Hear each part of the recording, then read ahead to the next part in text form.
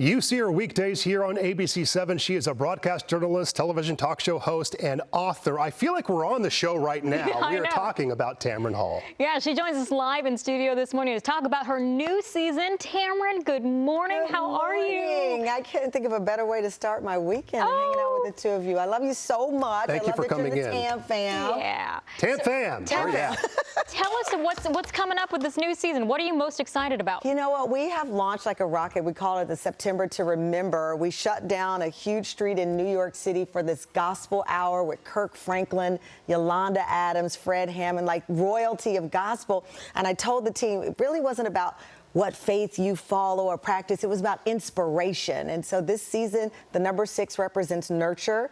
And so it's all about what you want to nurture, the things you want to grow in your life and the things you need to cut out, the people you might need to cut out. We're all about nurturing. You mean that toxic stuff? You don't need that in your life. They say when a plant has a leaf that's dying, you cut off the dead leaf and the plant will thrive. So we're looking at the things that you want, whether that's your personal life, falling in love. We had a huge show dedicated to what it's like to be single these days. Okay, we like this. We like all of it, so we're nurturing the spirit. We need positivity. Anytime there's something negative, I'm like, I don't need it. I don't have the time. I don't have the space. Right, and you know what? We want to know how to deal with it and move past it. I remember I was here promoting season 1 of the show, and there I was, 48. I'd been fired for the first time in my life. I was going through IVF, all of these challenges.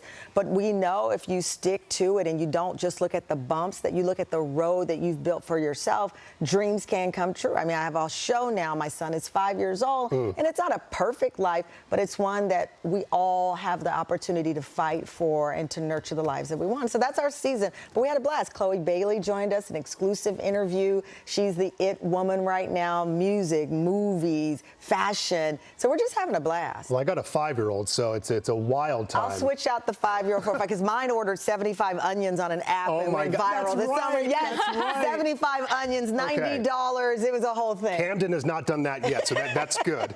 I got to say, we get off at around noon, so we have time to tune in. And when I have, I'm like, oh, dang.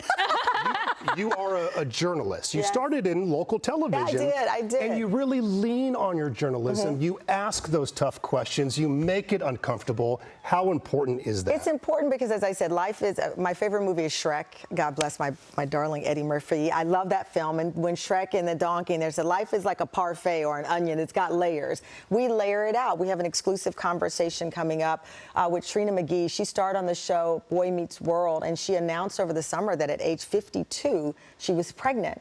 And people instantly reacted, saying she was too old. What was she thinking? And now in an exclusive interview, she talks with me about being pregnant at age 52 and for the first time reveals that she's lost that pregnancy and what that's been like. She's in great spirits. I'm humbled that she would talk with us, but it set off a conversation over what is too old to want to be a parent. And we dig into those things. People have that conversation every day. Women are getting pregnant older and older. I was 48. They called me geriatric pregnancy. I was like, wait, who? What are you talking about? What are you talking about? I think they say that now when you're over 35 or something. Well, I was past 35, but, you know, I'm very fortunate that everything worked out. But it is a real and honest question. So that's what we do. And I said we nurtured the spirit. I have this cookbook out now. It's called A Confident Cook.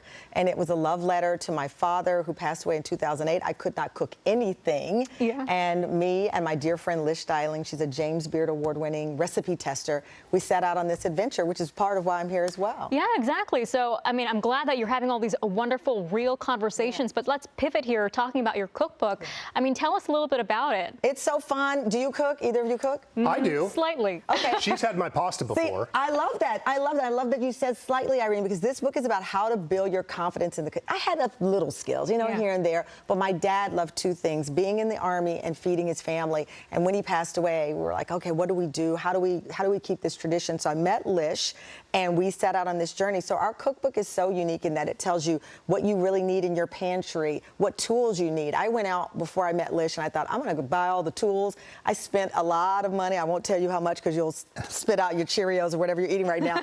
And I still couldn't cook. So I was like, wait a minute, the tools don't give you the skills. You have to. So we tell you how to build your pantry, the tools you need, and then we have 79 incredible recipes, breakfast, lunch, dinner, snacks, drinks, for those of us who partake, Yes. and I do. Yes, all of those. Take them all. And it's so fun. So we're building your confidence in the kitchen, and I'm going to be at the LA Food Bowl tonight, and we have 1 o'clock today, a meet and greet book signing at Now Serving LA, which is so phenomenal that a local independent bookstore would say, come on over and let's hang out, because we don't get that enough. We don't support some of the small businesses, so we are partnering up with Now Serving LA, and then I'm going to the LA Food Bowl to get groovy in the kitchen outside. What a party. Yeah. It's gonna be a party, so you should come. But I have books for you too. So I'd love to be there. I heard it's late at night. We may be asleep.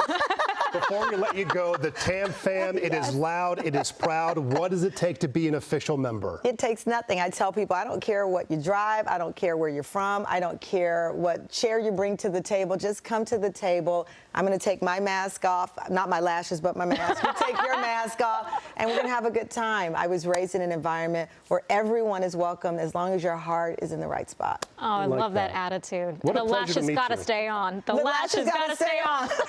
At least until after the show. All right, Tamron, thank you. And the Tamron Hall Show airs weekdays at 1 p.m. right here on ABC7.